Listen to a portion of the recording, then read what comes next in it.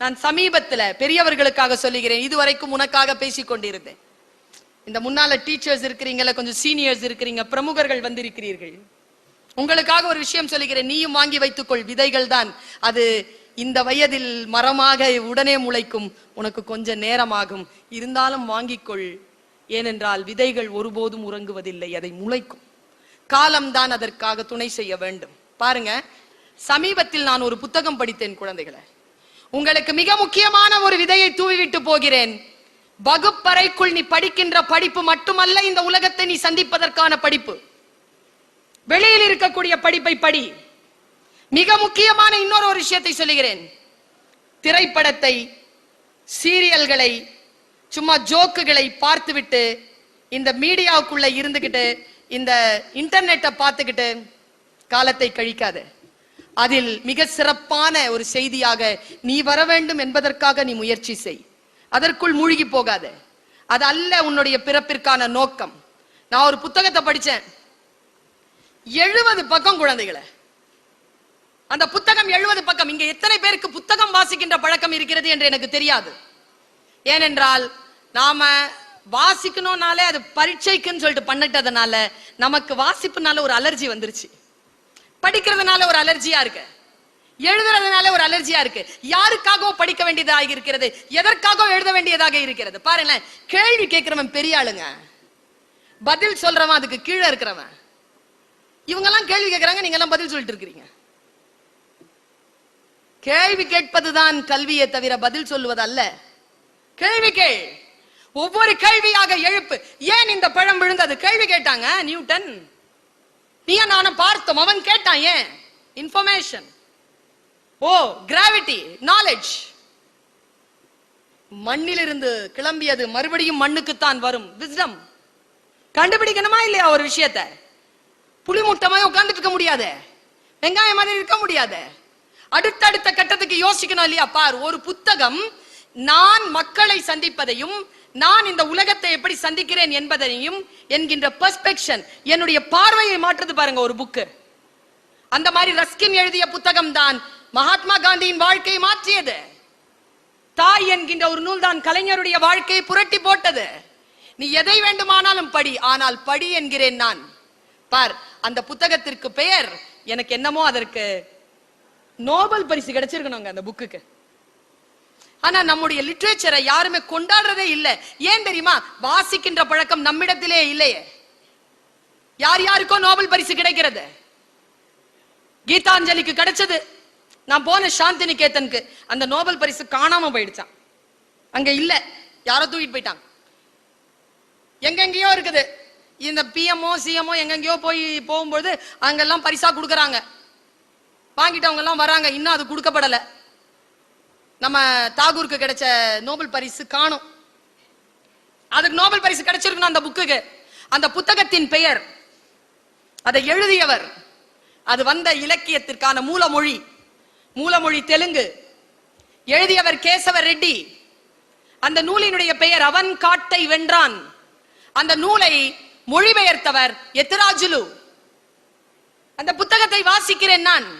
70 பக்க புக்குங்க, இத்துணூண்டு. ஒரு பன்றி மேய்ப்பவனின் கதை. இதுல என்னங்க ஒரு பன்றி மேய்ப்பவன் போய் நம்ம வாழ்க்கையை வழிகாட்டிட முடியுமா? இந்த விஷயம் ஒரு பெரிய விஷயமா? பாருங்க, நான் ஒரு 2 நிமிடங்களுக்குள் அந்த புத்தகத்தினுடைய சாரம்சத்தை உனக்கு சொல்றேன். ஒரு 10-12 பன்றிகளை வைத்து மேய்த்து கொண்டிருக்கக்கூடிய ஒரு கிழவன், அவனிடத்தில் வேலை செய்யக்கூடிய, அவனுக்கு பேரனாக இருக்கக்கூடிய ஒரு இளைஞன், அவ்வளவு சிறுவன், அவ்வளவுதான், 2 பேர். அவரிடத்தில் 2 பெண் பன்றிகள். அதுல ஒரு 2மே சினை. ஒன்னு குட்டி போட்டுருச்சு 2 நாளைக்கு முன்னால, இன்னும் ஒன்று சினை நிறைய இருக்கிறது, இன்றைக்கோ நாளைக்கோ குட்டி போடும். குட்டி போட்டுருச்சுங்கிறதுனாலேயே கொண்டாடி தீர்க்கிறான் கிழவன். அவனுடைய அந்த தொழுவத்திற்குள் நிறைய பன்றி குட்டிகள் வந்துவிட்டன என்கின்ற சந்தோஷம் அவனுக்கு. துள்ளி குதித்து விளையாடி கள் குடித்து மயங்கி கிடக்கிறான். அடுத்த நாள் காலை அந்த சிறுவன் அந்த பன்றிகளை மேய்த்து கொண்டு வெளில போயிட்டான். போய் சாயந்தரம் 6 மணி ஆச்சு, இன்னும் திரும்பல. அந்த போதை தெளிந்து எழுந்து உட்காருகின்ற கிழவன் தன்னுடைய அந்த தொழுவத்திற்குள் பன்றிகள் இல்லாததை பார்த்து கிளம்பி தேடி போறான். வழியில அந்த சிறுவனை பார்க்கிறான். எல்லா பன்றிகளும் இந்த கிழவனை சுற்றுகின்றன, அந்த தாய் பன்றியை தவிர. அது காணும். இங்கதாங்க கதை ஆரம்பிக்குது. ஐயா, அட்மினிஸ்ட்ரேஷன்ல இருக்கக்கூடியவர்கள், இந்த உலகத்தை வழிநடத்தக்கூடியவர்கள், அதிகார நிலையில் இருக்கக்கூடியவர்கள், தத்துவ ஞானிகள், குருமார்கள் எல்லோரும் தெரிந்து கொள்ள வேண்டிய தத்துவம். அந்த ஆளு கையில ஒரு பெரிய ஈட்டிய வச்சுக்கிட்டு, இடுப்புல ஒரு சின்ன கத்திய வச்சுக்கிட்டு கிளம்புறாங்க அந்த தாய் பன்றியை தேடி. தாய் பன்றிக்கு ஒரு பழக்கம் இருக்கு. அது குட்டி போட்டுருச்சுன்னா அது கிட்ட யாரையும் வரவிடாது. குத்தி கிழிச்சிரும், சாவடிச்சிரும், உயிர் தான் போகும். சிங்கம் கூட ஒன்னும் அவ்வளவு செய்யாதுங்க, பன்றி அப்படி செய்யுமா. இவன் என்ன செய்யறாங்க, போய் தேடுறாங்க. என்ன ஜேர்னி தெரியுமா குழந்தைகளே?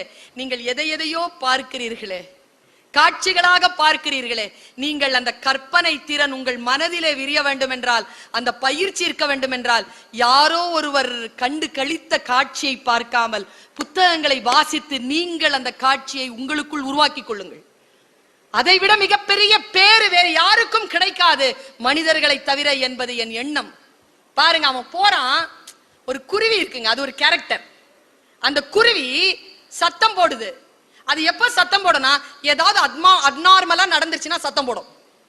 அந்த சத்தத்தை வைத்துக்கொண்டு அவன் அந்த பன்றியின் இடத்தை கண்டுபிடிக்கிறான். போறாங்க, போய் பார்த்தா 10 குட்டி போட்டிருக்கு பன்றி. ஆசையில கிட்ட போறான் பாருங்க, அந்த பன்றி இவனை கொதறி தள்ளிடுது. ரத்தம் வழிய ஒரு மரத்துல ஏறி நின்னுக்கிறான். உரு உரு உரு உருன்னு சுத்துதுங்க கீழே. எத்திராஜுலு அதை மொழிபெயர்த்திருக்கக்கூடிய விதம் இருக்கு பாருங்க, அவ்வளவு பிரமாதமா மொழிபெயர்த்திருப்பார். கீழே சுத்துது, மேல உட்காந்துட்டே இருக்கான். இவன் சொல்றான், என்ன கொன்னது போதும், போய் அந்த குட்டிகளை பார், அதற்கு உன் தேவை இருக்கிறதுன்னு கெஞ்சுவாங்க இவன் அந்த பன்றி கிட்ட. அந்த பன்றி போய் உட்காந்துரும். இந்த குருவி இருக்குல்ல, இந்த பீக்லாக் குருவி, அது கத்திக்கிட்டே இருக்கிறத பார்த்து நரி வந்துருங்க. அது ஒரு கேரக்டர்னு சொன்னல. சில பேரு தேவையோ தேவையில்லையோ ஒரு விஷயத்த பேசிட்டே இருப்பாங்க. அந்த விஷயம் பேசுறதுனால சில பேருக்கு லாபம், சில விஷயம் பேசுறதுனால சில பேருக்கு நஷ்டம்ல. அந்த நஷ்டம் அங்கே நடக்கும். அதனால அவன் அந்த குருவியை கொல்வான்.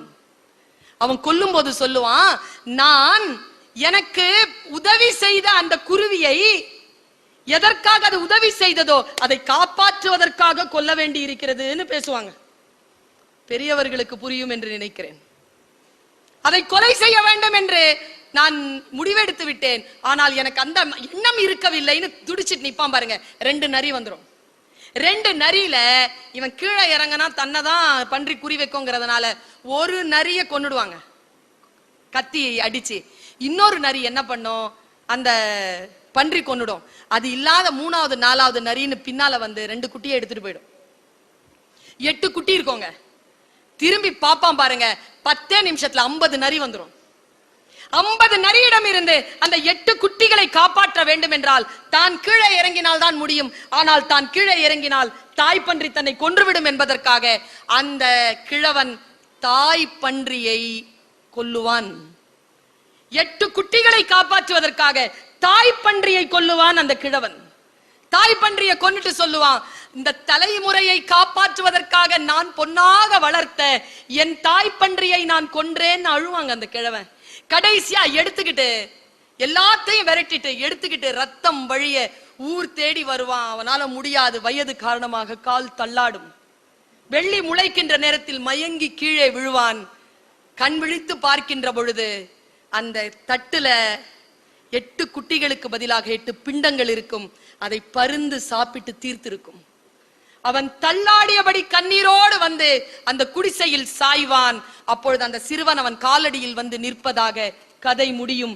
இந்த கதைக்கு அவன் காட்டை வென்றான்னு பெயர் வச்சாங்க அந்த எழுத்தாளன். ஏன் தெரியுமா? ஒன்றை ஜெயிப்பதல்ல குழந்தைகளே வாழ்க்கையின் வெற்றி, ஒன்றுக்கு தோற்பதல்ல வாழ்க்கையின் வெற்றி, ஒன்றை சந்திப்பதுதான் வாழ்க்கையின் வெற்றி என்பதனை அவன் காட்டை வென்றான் என்கின்ற அந்த கதை நமக்கு சொல்லி தந்திருக்கிறது. குழந்தைகளே, வாழ்க்கையை சந்தியுங்கள். வெற்றியோ தோல்வியோ எது இருந்தாலும் கவலை இல்லை.